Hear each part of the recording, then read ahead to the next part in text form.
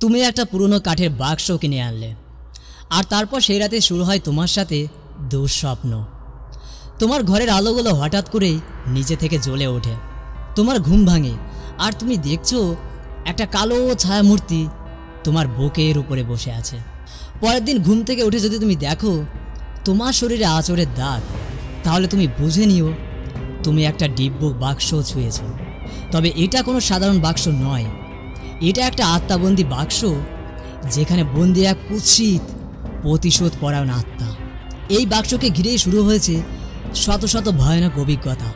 নমস্কার, আমি রাজু, আর আপনারা দেখছেন শেষ অধ্যায়, যেখানে শুরু হয় অজানার সন্ধান। ডিপ বুক বাক্সের গল্পটা শুরু হয় একদম 2001 সালের দিকে, যখন এক অজানা পুরনো কাঠের বাক্স প্রথমবার নিলামে ওঠে। কিন্তু তার পেছনে একটা রহস্যময় এবং ভীতিকর ইতিহাস ছিল। এর সাথে জড়িত এক ইহুদি পরিবারের কাহিনী। এই বাক্সটা ছিল বহু প্রাচীন এবং ঘরোয়া ব্যবহৃত একটা বাক্স, কিন্তু বিশেষ কিছু কারণের জন্য এটা তাদের জন্য শোক এবং দুঃখের কারণ হয়ে দাঁড়ায়। অনেকে ভাবতে শুরু করে এই বাক্সটা একটা জাদুর অংশ, যা একটা কুৎসিত আত্মাকে ধারণ করে রেখেছে। বাক্সটা যখন প্রথমবার নিলামে ওঠে, তখন আশেপাশে মানুষজনের মনে ভয় এবং অনেক কৌতূহল তৈরি হয়। কেউ কেউ বলতো এটা কোনো সাধারণ বাক্স নয়, এটা অশরীরী আত্মার শক্তির একটা আধার। আবার কেউ কেউ বলতো এটা প্রেতাত্মার বাক্স। প্রথম ব্যক্তি যিনি এই বাক্সটা কিনেছিলেন, তিনি ছিলেন একজন পেশাদার ব্যবসায়ী। তার নাম ছিল ক্রাবিয়েল।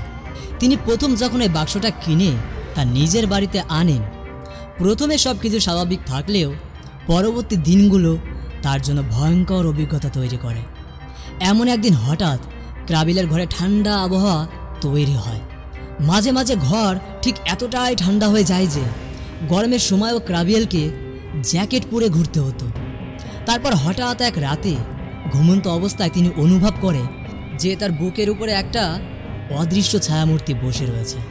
আর ছায়ামূর্তিটা ঠিক এতটাই ভারী ছিল যে ক্রাবিয়েল চাইলেও নিঃশ্বাস নিতে পারছিল না। এই সব কিছু ক্রাবিয়েলের স্বপ্ন ভেবে আবার ঘুমিয়ে পড়ে। কিন্তু তিনি সকালে উঠে দেখে তার শরীরে অনেক আঁচড়ের দাগ। তবে এটা আর কিছু নয়, এটা হলো সেই আত্মার তাণ্ডব। এর কিছুদিন পর ক্রাবিয়েল তার জীবন হারায়। এক রাতে তিনি তার বাথরুমে যান এবং এক অদ্ভুত অবস্থায় তাকে সেখান থেকে উদ্ধার করা হয়। তার গলায় অদ্ভুত দাগ ছিল। তবে এটা কি শুধুমাত্র একটা আত্মহত্যা, নাকি অশরীরী আত্মার তাণ্ডব? তবে সেটা অজানাই ছিল। ডিপ বুক বাক্সের সাথে জড়িত ভয়ঙ্কর অভিজ্ঞতা এবার আরও বিস্তৃত হতে থাকে। একের পর এক অন্যান্য মানুষ যখন এই বাক্সটা কিনছিল, তাদের সাথেও ঠিক একই ধরনের ঘটনা ঘটতে থাকে। একদিন একটা মেয়ে সে বাক্সটা খোলার পর অনুভব করেছিল পরিবেশ কিছুটা পরিবর্তন হয়েছে। তার বাড়িতে অদ্ভুত সব আওয়াজ শোনা যাচ্ছিল এবং রাতের বেলায় কাউকে সিঁড়ি বেয়ে হাঁটতে দেখা যেত। আর তার ঘরের জানলাগুলো হঠাৎ করে বন্ধ হয়ে যেত, তাও আবার অস্বাভাবিকভাবে। একদিন একটা বিশেষ ঘটনা ঘটে যখন এই পুরনো ডিপ বুক বাক্সটাকে একটা মন্দিরের কাছে নিয়ে যাওয়া হয়।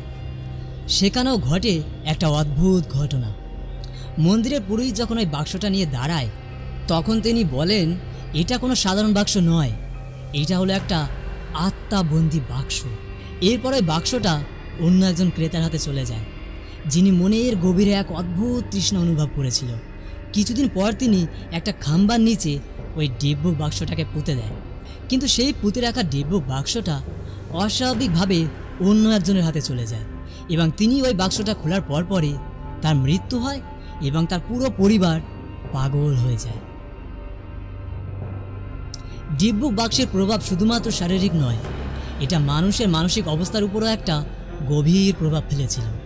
অনেক ক্রেতার মধ্যে দেখা যায় এক অদ্ভুত মানসিক অবস্থা, যেখানে হতাশা এবং পাগলামি সবেমাত্র প্রকাশ করতে শুরু করেছিল। এক মহিলা ওই বাক্সটা কেনার পর দাবি করেছিল এক অদ্ভুত শক্তি তাকে তাড়া করছে এবং তার মধ্যে একটা অদ্ভুত একাকিত্ব অনুভব হচ্ছে। বহু চিকিৎসার পরেও তিনি অস্বাভাবিকভাবে মারা যায়। আরও এক ব্যক্তি, তার মৃত্যু হয় একটা ভয়াবহ দুর্ঘটনায়। সে একটা অন্ধকার রাস্তা পার হবার সময় গাড়ি দুর্ঘটনায় মারা যায়। কিন্তু মৃত্যুর কয়েকদিন আগে তাকে দেখে মনে হচ্ছিল যেন তার মন থেকে সব শান্তি হারিয়ে গেছে। সবশেষে আরও একজন পুরুষ, যিনি ছিলেন এই বাক্সটার সর্বশেষ মালিক। বাক্সটা কেনার পর তিনি একটা অদ্ভুত মানসিক অবস্থায় আক্রান্ত হয়। একদিন হঠাৎ তিনি একটা অন্ধকার রাস্তায় চলে যায় এবং একটা গাড়ি এসে তাকে চাপা দেয়। তবে তার মৃত্যু একদম রহস্যময় ছিল, কারণ তার শরীরে কোনো আঘাতের চিহ্ন ছিলই না। ডিপবুক বাক্সের উপর বিভিন্ন তদন্তকারী দল কাজ করছিল, কিন্তু তারা কোনো বৈজ্ঞানিক ব্যাখ্যা দিতে পারেনি। তবে এক গবেষক জানিয়েছিল এটা শুধুমাত্র একটা মানুষের বিভ্রম হতে পারে। তবে বাক্সের ভেতরের যে ভৌতিক প্রভাবগুলো ছিল সেগুলো তারা বুঝতে ব্যর্থ হন, যার ফলে ডিপবুক বাক্সের রহস্য আরও সন্দেহজনক হয়ে উঠতে থাকে। বর্তমানে এই অভিশপ্ত বাক্সটা একটা সংগ্রহশালায় রাখা আছে, তবে আজও এই বাক্সটা নিয়ে নানান অশরীরী অভিজ্ঞতা রয়েছে। সবশেষে একজন ইউটিউব কন্টেন্ট ক্রিয়েটর দাবি করেছিল যখন তিনি ওই বাক্সটাকে পরীক্ষা করার জন্য তার স্টুডিওতে নিয়ে আসেন, তখন তার ক্যামেরায় অদ্ভুত কিছু দৃশ্য ধরা পড়েছিল। ডিপবুক বাক্সের গল্প আজও সলভ হয়নি। এটা শুধুমাত্র একটা বাক্স নয়, এটা হলো আত্মার বন্দি দশা, যা মানুষের জীবনকে গভীরভাবে প্রভাবিত করেছে। এটা একটা অভিশপ্ত বস্তু যা মৃত্যু এবং ভয় এবং পাগলামি সৃষ্টি করে।